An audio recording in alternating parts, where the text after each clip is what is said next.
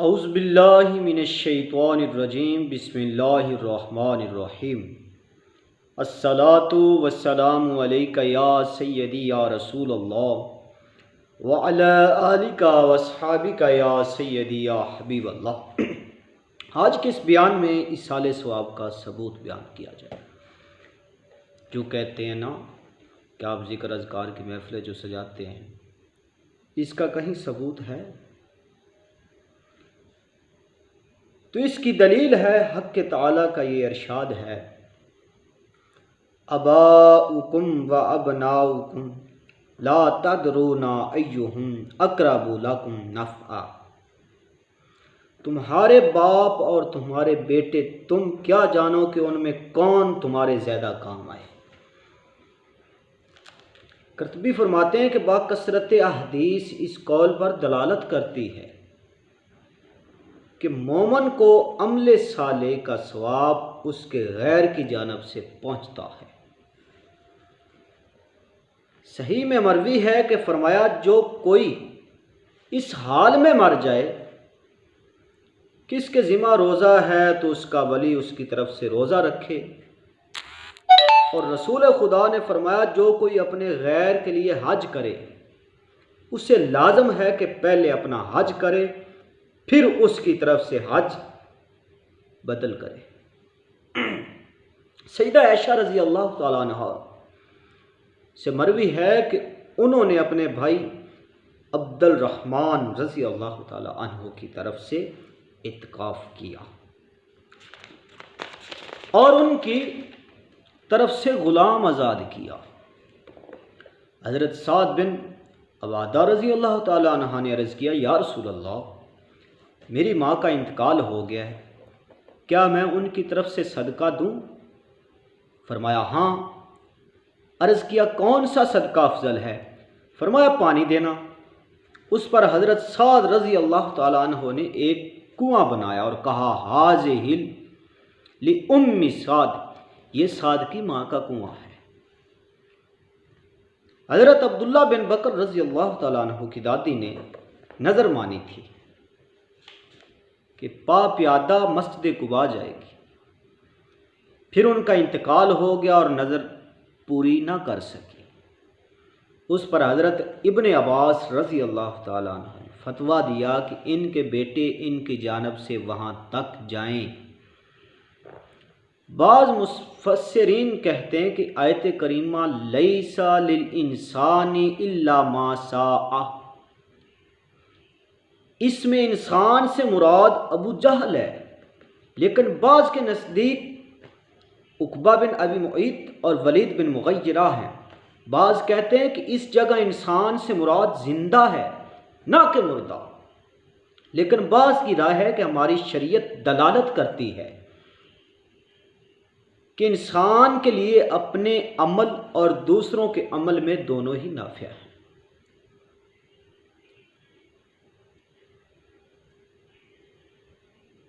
تو صاحب کشاف زمخشری جو کہ معتزلی ہیں، انہوں نے کہا ہے کہ اپنی ذات کو غیر کے عمل نفع نہیں دیتے، مگر وہ جو مبنی ہوں اپنے نفس کے عمل پر اور ہو وہ مومن مصدق، لہٰذا اس اعتبار سے غیر کا عمل خاص اس کے اپنے عمل کے تابع ہونے کی بنا پر حکم میں اپنے عمل اور اس کے قائم مقام کے ہوگا، اور نیز غیر کے عمل نافع نہیں ہے، جبکہ وہ غیر اپنے لیے عمل کرتا ہے۔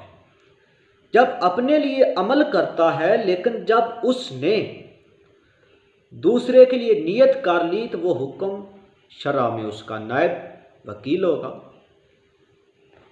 اور اس کا قائم مقام بن گیا۔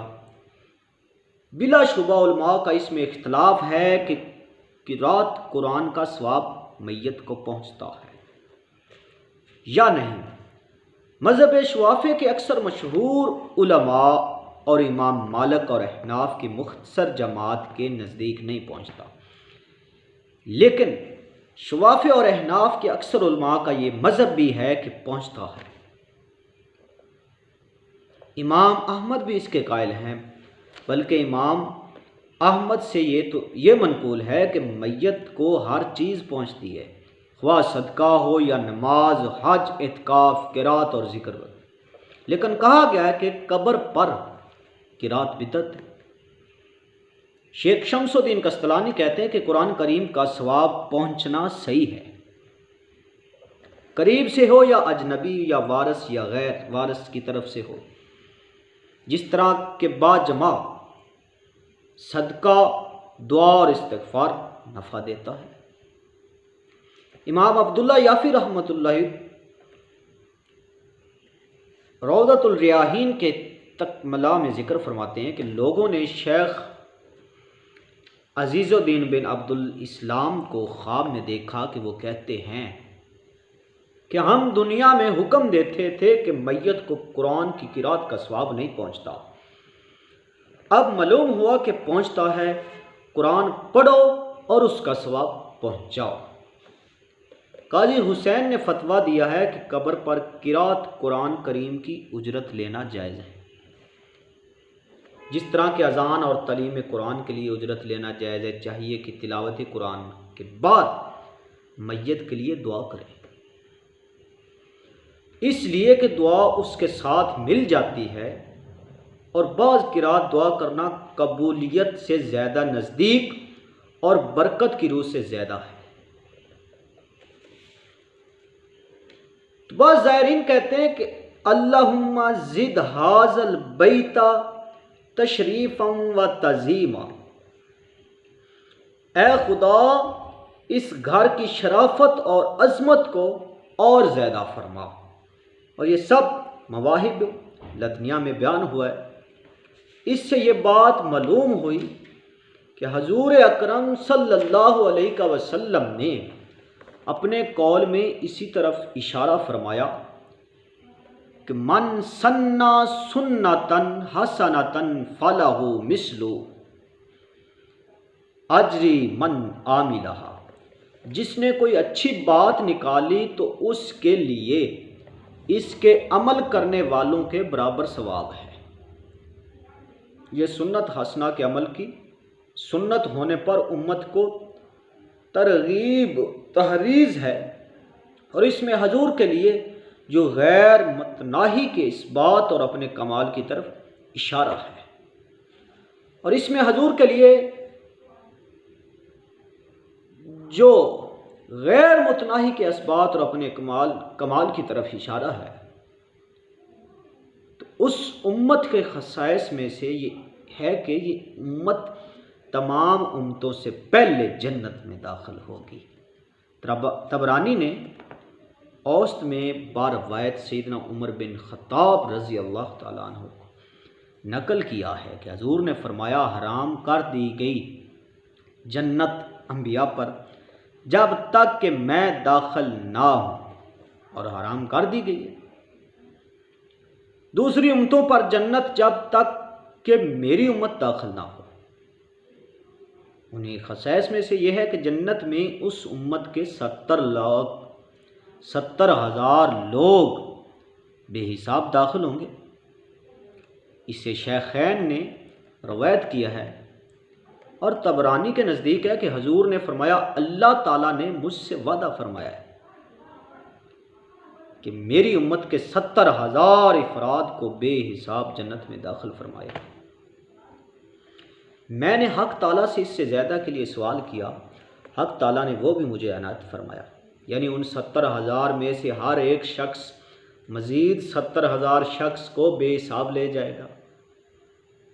غرض کہ حق تبارک تعالیٰ نے اس امت کو وہ کچھ عنایت فرمایا جو کسی دوسری امت کو نہیں فرمایا، جیسا کہ ہمارے نبی صلی اللہ علیہ وسلم کو وہ کچھ دیا ہے جو دوسرے نبیوں کو نہیں دیا۔